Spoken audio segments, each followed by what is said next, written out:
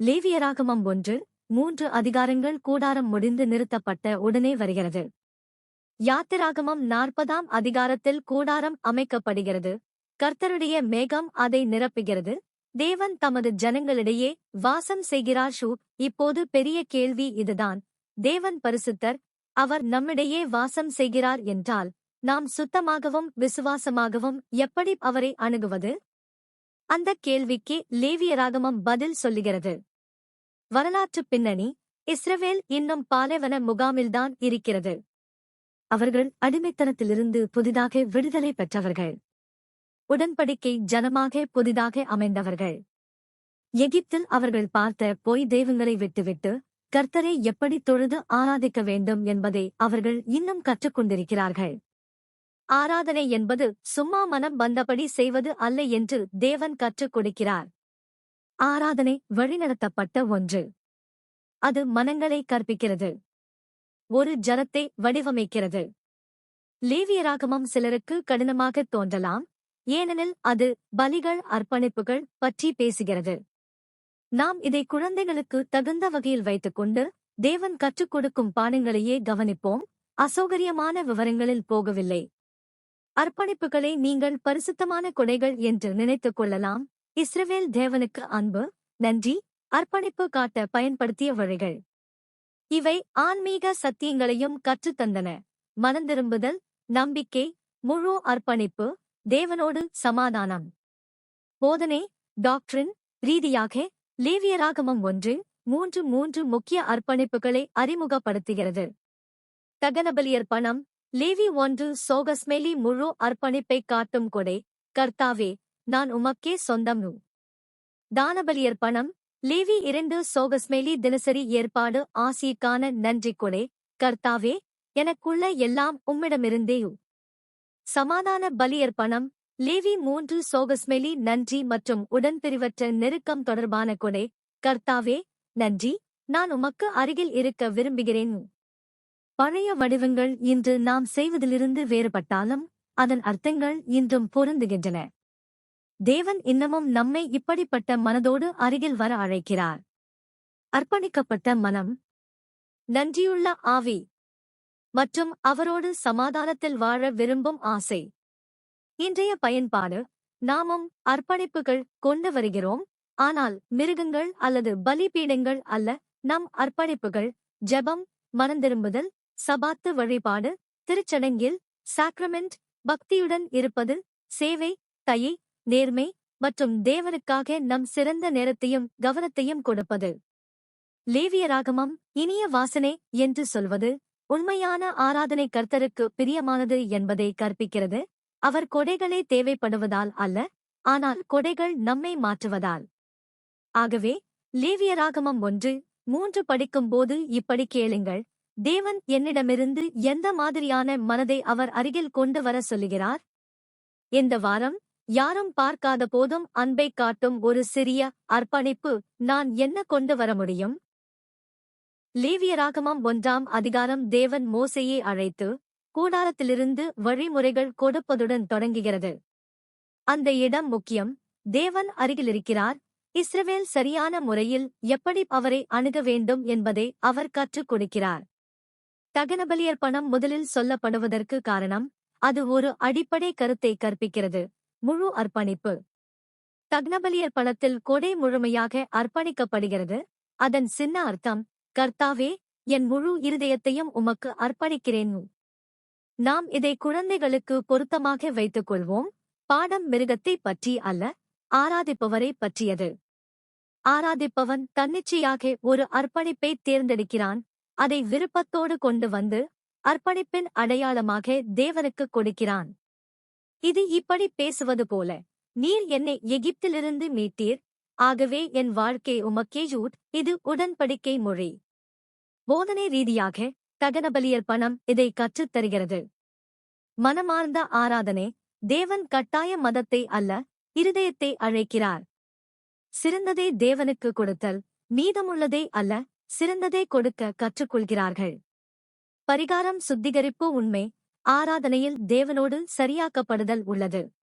இனிய வாசனை. கர்த்தருக்கு பிரியம் சோகஸ்மெலி உண்மையான அர்ப்பணிப்பு கர்த்தருக்கு மகிழ்ச்சியளிக்கிறது. எளிய வார்த்தைகளில் தகனபலியர்ப்பணம் தேவனிடம் இப்படிச் சொல்லும் வழி: நான் உம்மோடு பேரம் பேச வரவில்லை. நான் அன்பைக் காட்டுகிறேன். நான் நம்பிக்கையையும் விசுவாசத்தையும் காட்டுகிறேன். இது லஞ்சம் அல்ல, இது உடன்படிக்கையின் வெளிப்பாடு. இன்றைய பயன்பாடு. இன்று தகனபலியர்ப்பணம் என்றால் என்ன? அது உங்கள் முழு இருதயத்தை சின்னமாக காட்டும் ஒன்றை தேவனுக்கு கொடுப்பது. அது இப்படித் தோன்றலாம்: பொய் சொல்ல எளிதாக இருக்கும்போது நேர்மையை தேர்வு செய்தல். சோதனை வலுவாக இருக்கும்போது சுத்தத்தை தேர்வு செய்தல்.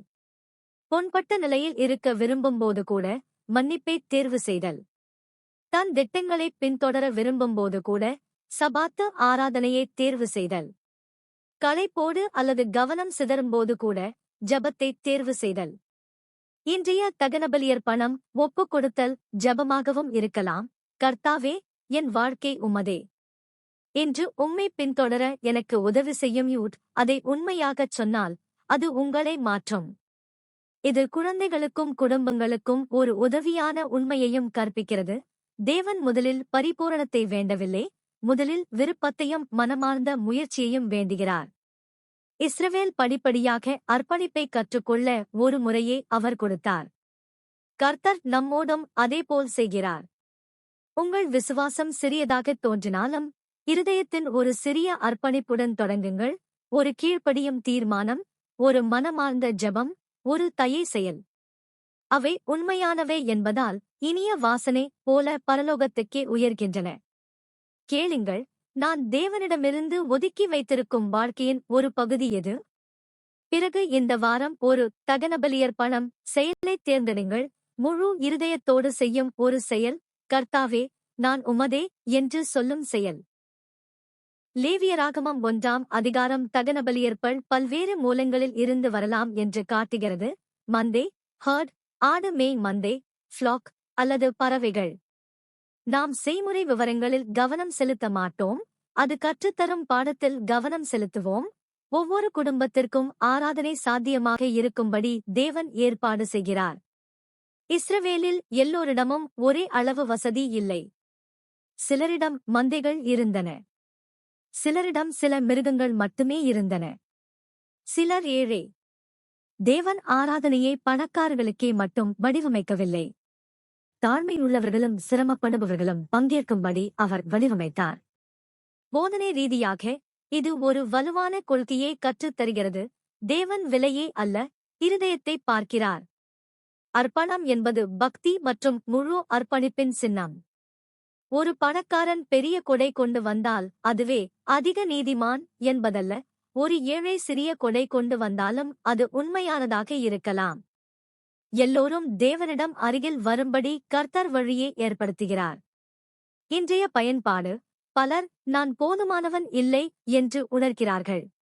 மற்றவர்கள் போல் நான் அதிகம் செய்ய முடியாது அல்லது என் சாட்சி அவ்வளவு வலுவில்லை அல்லது என் குடும்பம் அவ்வளவு ஒழுங்கில்லை.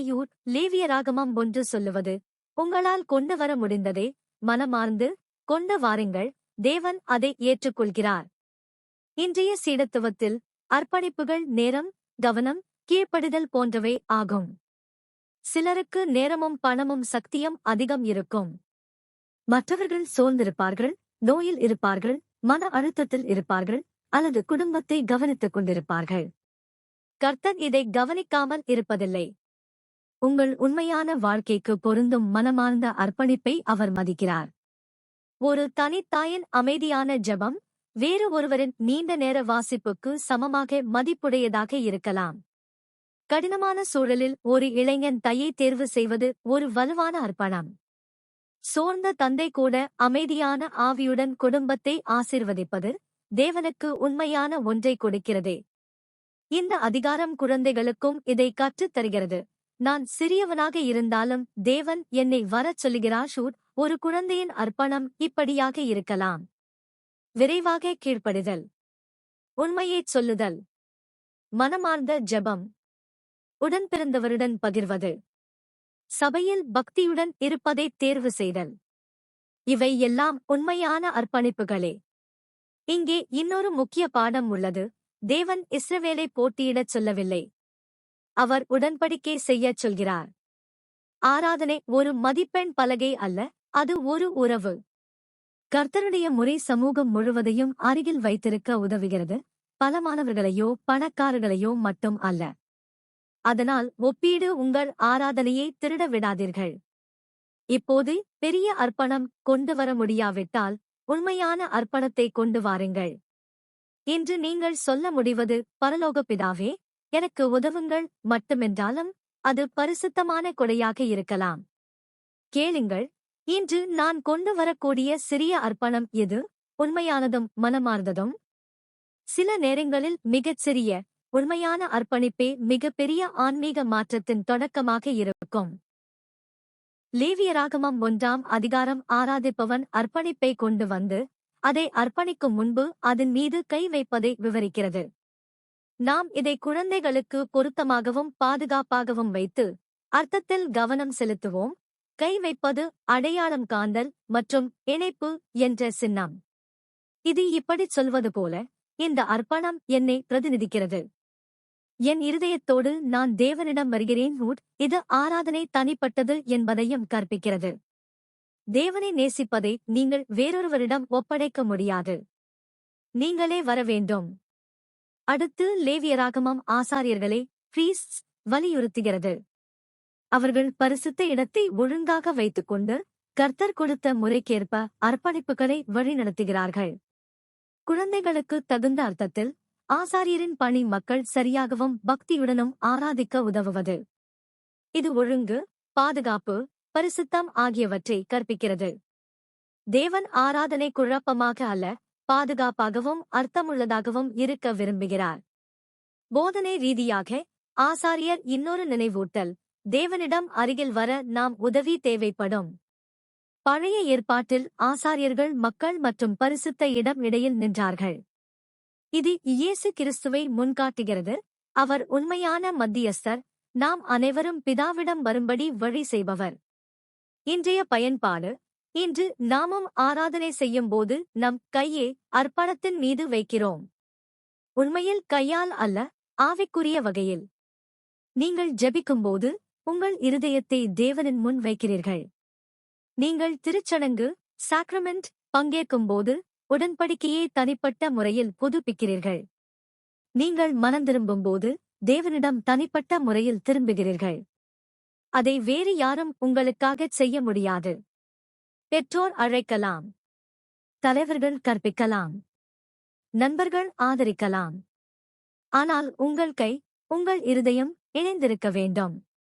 இந்த பகுதி இன்னொரு ஆறுதலான உண்மையையும் கற்பிக்கிறது.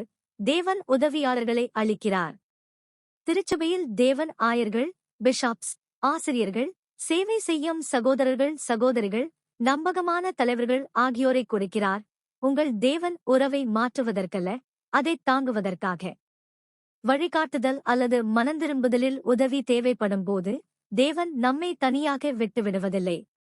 இன்னொரு நவீன கொள்கை, ஆராதனைக்கு முறை இருப்பது பரிசுத்தத்தை பாதுகாப்பதற்காக. உலகம் உங்களுக்கு சரியாகத் தோன்றுவது செய்யுங்கள் என்று சொல்கிறது.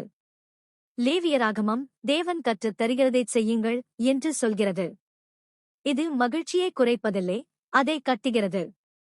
பக்தி பாதுகாப்பை உருவாக்குகிறது. ஒழுங்கு சமாதானத்தை உருவாக்குகிறது. ஆகவே 2 கேள்விகளை கேளுங்கள். என் ஆராதனை தனிப்பட்டதா அல்லது நான் வேறு ஒருவரின் விசுவாசத்தில் வாழ்கிறேனா? கர்த்தருடைய முறைகளே, சபாத்து, திருச்சடங்கு, ஜெபம், நான் போதுமான அளவு மதிக்கிறேனா? பரிசுத்தம் என்னுள் வளரும்படி ஒரு எளிய செயல். இந்த வாரம் திருச்சடங்குக்கு முன் உங்கள் இருதயத்தில் கயர்ப்பணம் தருணம் செய்யுங்கள். அமைதியாகச் சொல்லுங்கள், கர்த்தாவே, இதோ நான். இதோ என் வாரம். இதோ என் பலவீனம். நான் உமக்கு மேலும் அருகில் வர உதவி செய்யும். இதுதான் லேவியராகமம் 1 இன்றைய வடிவம். தனிப்பட்டது, தாழ்மையானது, உண்மையானது. லேவியராகமம் 2ஆம் அதிகாரம் தானபலியர் பணத்தை, கிரெயின் ஆஃபரிங், அறிமுகப்படுத்துகிறது. மாவு, எண்ணெய் மற்றும் குங்கிலியம் நறுமண பிசின், பிராங்கின்சென்ஸ், ஆராதனையில் பயன்படுத்தப்படும் இனிய வாசனைப் பொருள். இது குழந்தைகளுக்கு பொருத்தமானது, ஏனெனில் இது உணவுக்கான கொடை, தேவனுக்கு அப்பம் செய்யும் பொருட்களை கொண்டு வருவது போல. செய்தி எளிது, நமக்குள்ள அனைத்தும் கர்த்தரிடமிருந்து வருகிறது. ஆகவே நாம் அவருக்கு நன்றி சொல்லி நம் சிறந்ததை அவருக்கு காணிக்கையாக்குகிறோம். வரலாற்றுப் பின்னணி: இஸ்ரவேலுக்கு உணவு என்பதே வாழ்க்கை. அறுவடை முக்கியம், மாவு முக்கியம், எண்ணெய் முக்கியம். ஆகவே தேவன் தினசரி கிடைக்கும் வழங்குதலையும் ஆராதனையையும் இணைக்க கற்றுத் தருகிறார். இது முக்கியம். நாம் அதிர்ஷ்டத்தால் வாழ்கிறோம் அல்லது நாம் வலிமையானதால் வாழ்கிறோம் என்று இஸ்ரவேல் நினைக்க வேண்டாம்.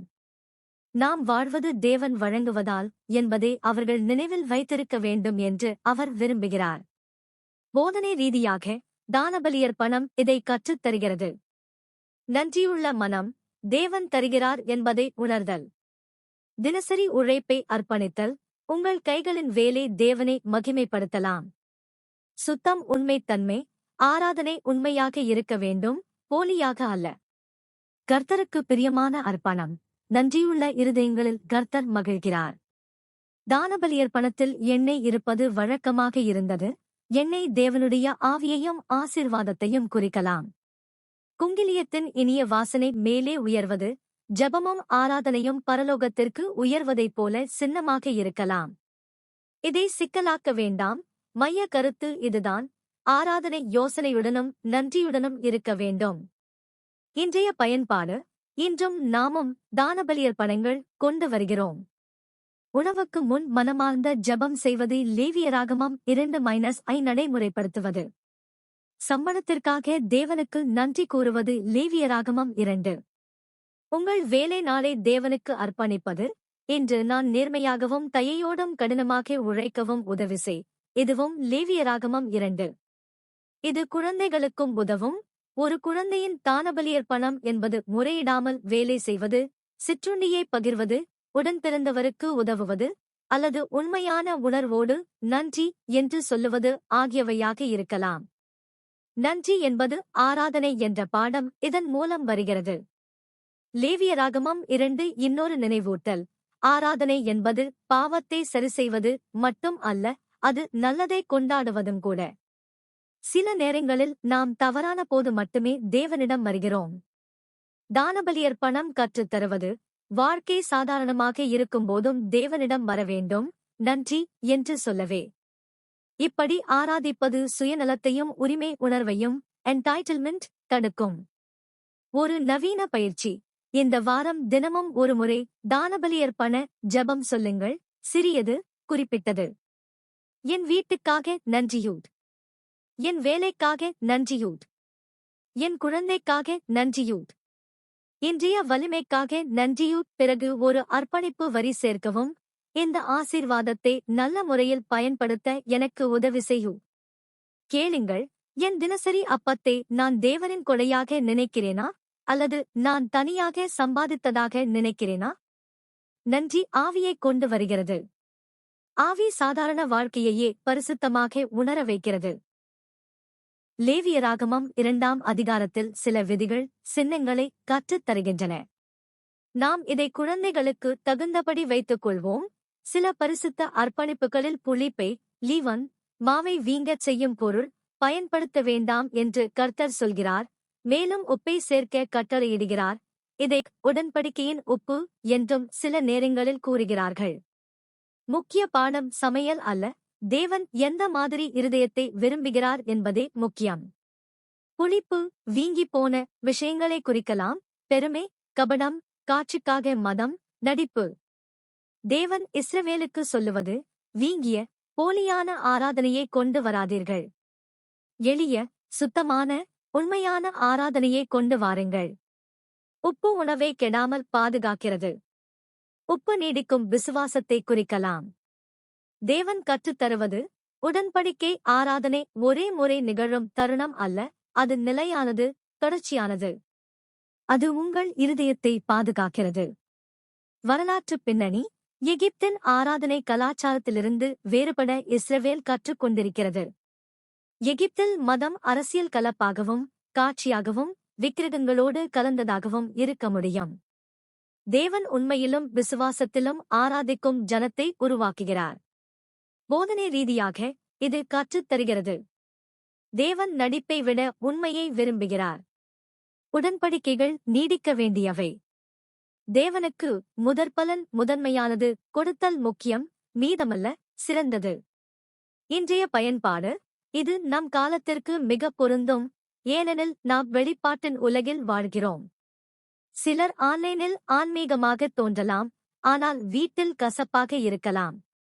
சிலர் சரியான வார்த்தைகளைச் சொல்லலாம், ஆனால் தனிப்பட்ட முறையில் பாவத்தை நேசிக்கலாம். லேவியராகமம் 2 சொல்லுவது, வீங்கிய ஆராதனையை கொண்டு வராதீர்கள், உண்மையான ஆராதனையை கொண்டு வாருங்கள். இன்றைக்கு உடன்படிக்கையின் உப்பு என்ன? அது தொடர்ந்து நிலைத்திருப்பது. அது இப்படி தோன்றும். வாழ்க்கை பிஸியாக இருந்தாலும் சபாத்து ஆராதனையை நிலையாக காக்குதல். உணர்ச்சி இல்லையெனினும் ஜெபம் செய்வது. மன அழுத்தம் இருந்தாலும் இனிமையாக பேசுதல். பாவத்தை நியாயப்படுத்தாமல் சீக்கிரம் மனந்திரும்புதல். யாரும் பார்க்காத போதும் நேர்மையாக இருப்பது.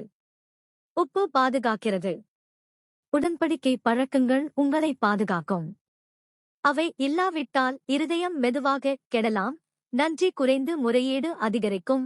தாழ்மை குறைந்து பெருமை அதிகரிக்கும். சமாதானம் குறைந்து கோபம் அதிகரிக்கும். தேவனுக்கு சிறந்ததை கொடுப்பது இன்னமும் உண்மை கொள்கை. சிறந்தது என்றால் திருச்சடங்கின் போது கவனம் முழுவதும் இருப்பது, கவனம் சிதறும் விஷயங்களில் மூழ்குவது அல்ல.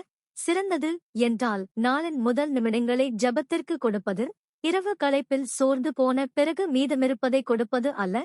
சிறந்தது என்றால் குடும்பத்துக்கு சேவை செய்ய உங்கள் சிறந்த சக்தியை கொடுப்பது, சோர்ந்த துண்டுகளை மட்டும் கொடுப்பது அல்ல. ஒரு எளிய பயிற்சி. இந்த வாரம் ஒரு உப்பு பழக்கம் தேர்ந்தெடுக்குங்கள். சிறியது ஆனால் தொடர்ச்சியானது. காலை மற்றும் இரவு 2 நிமிட ஜெபம் இருக்கலாம். தினமும் ஒரு வசனம் இருக்கலாம். ஞாயிற்றுக்கிழமை சமாதானத்தை பாதுகாக்கும் ஒரு நடைமுறை இருக்கலாம். அந்த நிலையான உப்பு உங்கள் ஆவியை பாதுகாக்கும். கேளுங்கள், என் ஆராதனை எங்கு வீங்கியதாக அல்லது போலியாக மாறியது? அதை மீண்டும் எளிமையாக்கவும் உண்மையாக்கவும் ஒரு மாற்றம் என்ன செய்யலாம்? லேவியராகமம் 3ஆம் அதிகாரம் சமாதான பலியர்ப்பணத்தை அறிமுகப்படுத்துகிறது. இது குழந்தைகளுக்கும் குடும்பங்களுக்கும் மிகவும் முக்கியம், ஏனெனில் இது நன்றி, ஐக்கியம், ஃபெல்லோஷிப் மற்றும் சேர்ந்து ஆராதிப்பது ஆகியவற்றோடு தொடர்புடையது.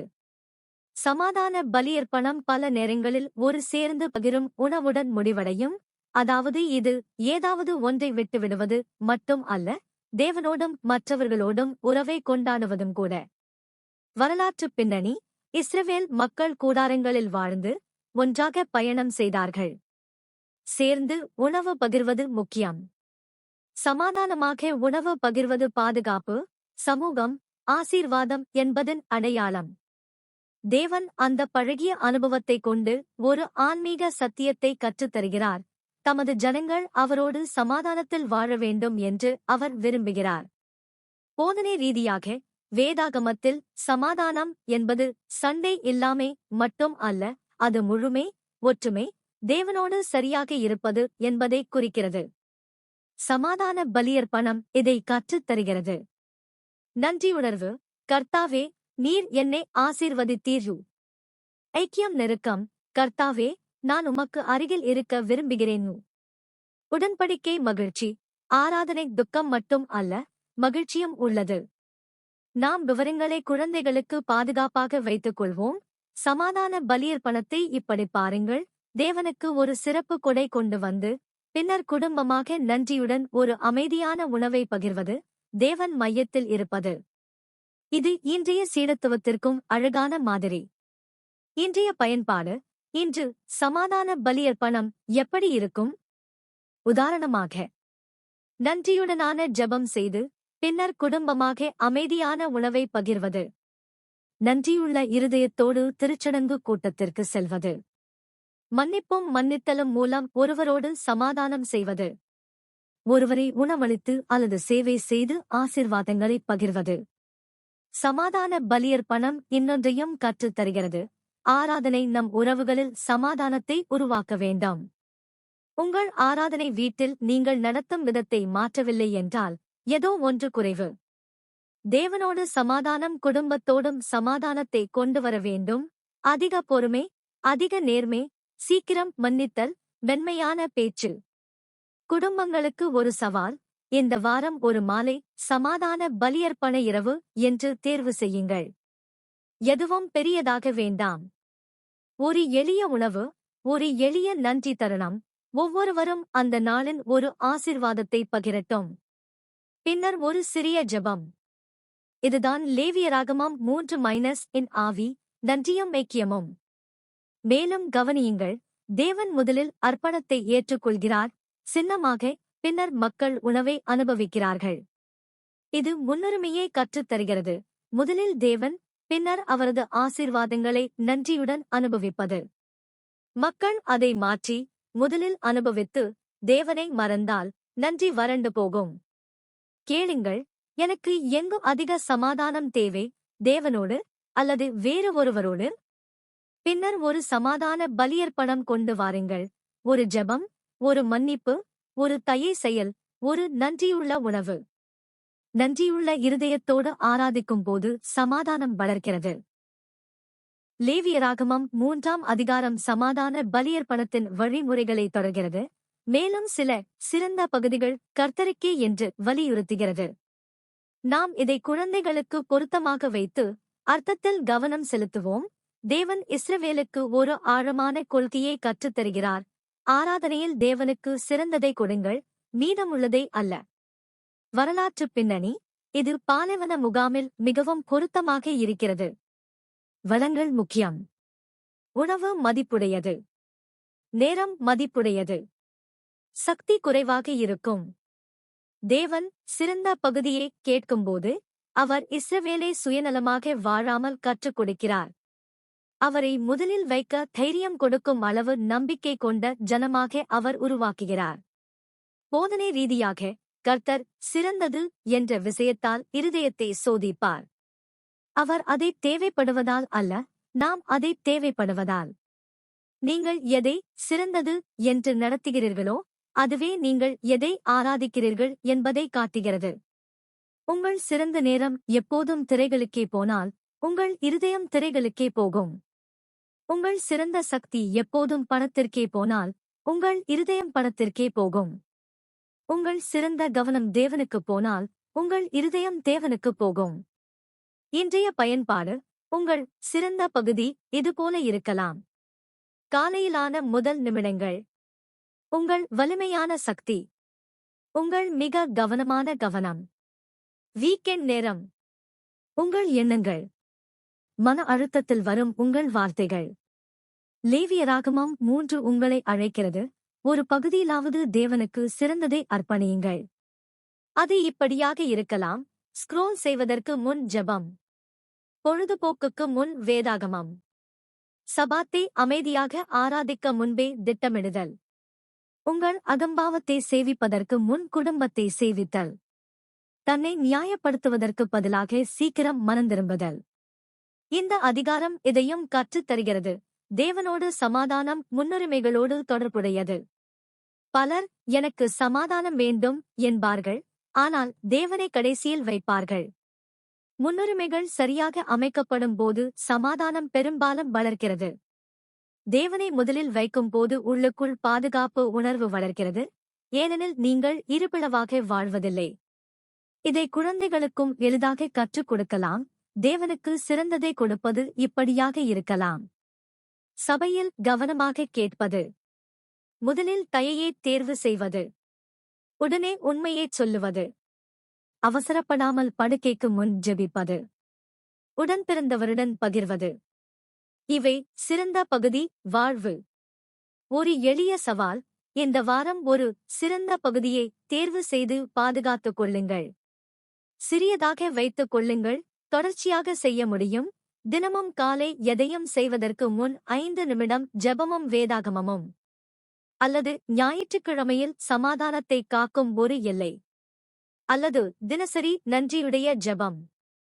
கேளுங்கள், நான் தொடர்ந்து எதற்கு சிறந்ததை கொடுக்கிறேன், அது என் ஆராதனை பற்றி என்ன காட்டுகிறது? பின்னர் ஒரு சமாதான பலியர்ப்பணம் மாற்றத்தை தேர்வு செய்யுங்கள்.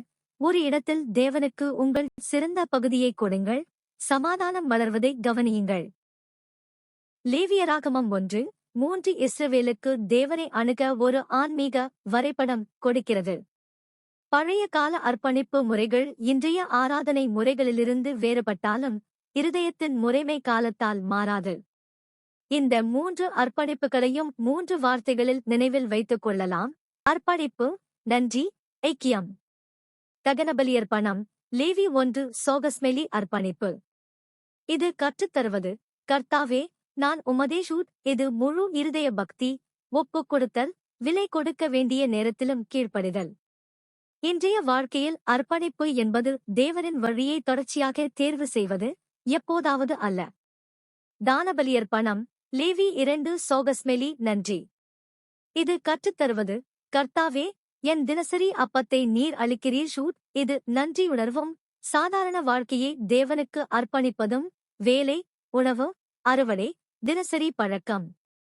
இன்று நன்றி இப்படித் தோன்றும்.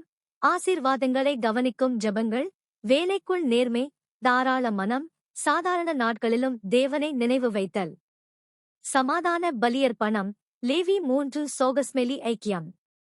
இது கற்றுத்தருவது, கர்த்தாவே, நன்றி, நான் உமக்கு அருகில் இருக்க விரும்புகிறேன் ஹூட். இது சமாதானம், உறவு, மகிழ்ச்சியுள்ள நன்றியுணர்வு கொண்ட ஆராதனை.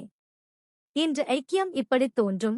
திருச்சடங்கு ஆராதனை, ஆலய ஆராதனை, குடும்ப சமாதானம், மன்னிப்பு, ஆசீர்வாதங்களை பிறருடன் பகிர்வது.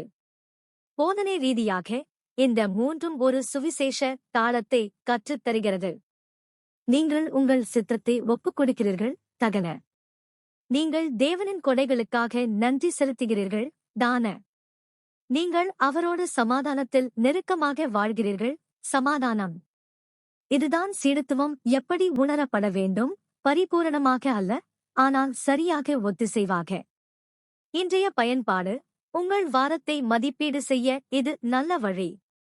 கேளுங்கள். அர்ப்பணிப்பு. நான் தேவனிடம் எங்கே ஒதுக்கி வைத்தேன்? நான் எதை ஒப்புக் கொடுக்க வேண்டும்? நன்றி. நான் ஆசீர்வாதங்களை கவனித்தேனா அல்லது முறையிட்டேனா? வழங்குதலை ஒரு கொடையாக பார்த்தேனா? ஐக்கியம். என் ஆராதனை வீட்டில் சமாதானத்தை உருவாக்கியதா? உறவுகளை நான் சீக்கிரம் சரிசெய்தேனா? இது குழந்தைகளோடு குடும்பமாக பேசவும் எளிது. இன்று நாம் தேவனுக்கு என்ன அர்ப்பணம் கொண்டு வரலாம்? ஒரு குழந்தை அர்ப்பணிப்பு, கீழ்ப்படிதல், நன்றி, நன்றி ஜெபம், ஐக்கியம், தயை, பகிர்வு கொண்டு வரலாம். லேவியராகமம் 1:3 அடிப்படையில் ஒரு எளிய வார திட்டம் வேண்டுமெனில். ஞாயிறு, அர்ப்பணிப்பு தருணம், திருச்சடங்கில் உண்மையாக கவனம். தினமும், தானபலியர்ப்பணம், காலைவும் இரவும் நன்றி ஜெபம். ஒரு மாலை, சமாதான பலியர்ப்பணம், குடும்ப உணவு, நன்றி மற்றும் மன்னிப்பு. இந்த முறைகள் நிலைத்திருக்கும்போது சமாதானம் எவ்வளவு அதிகரிக்கிறது என்று நீங்கள் ஆச்சரியப்படுவீர்கள். லேவியராகமம் மனிதர்களை சிக்கலான விதிகளில் சிக்க வைக்க முயலவில்லை. விடுதலை பெற்ற மக்களுக்கு அவர்களை மீட்டவரிடம் அருகில் எப்படி இருக்க வேண்டும் என்பதை கற்றுத் தருகிறது. அதேதே கர்த்தரின் நோக்கம் நம்மிடமும் உள்ளது. கேளுங்கள். இப்போது எனக்கு 3இல் எது அதிகம் தேவை? அர்ப்பணிப்பா, நன்றியா, சமாதானமா? அந்த தேவைக்கேற்ப இந்த வாரம் ஒரு சிறிய அர்ப்பணிப்பை தேர்ந்து மனமார்ந்து கர்த்தருக்கு கொண்டு வாருங்கள்.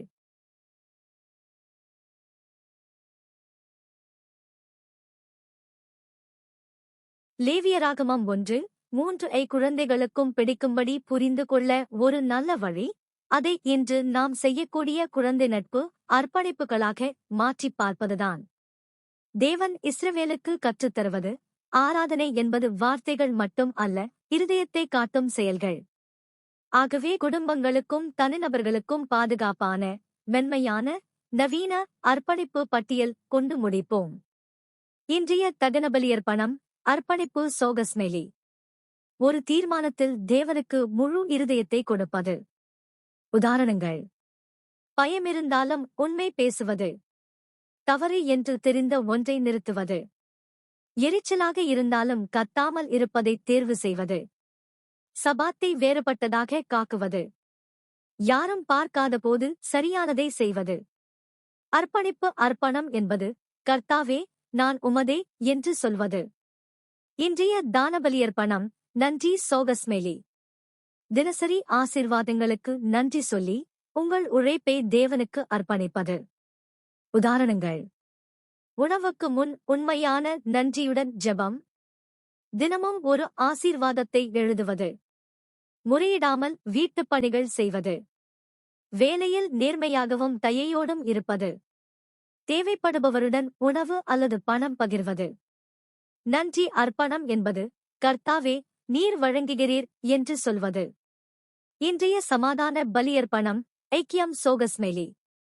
ஆராதனை சமாதானத்தையும் நெருக்கத்தையும் உருவாக்குவது. உதாரணங்கள்: சீக்கிரம் மன்னிப்பது.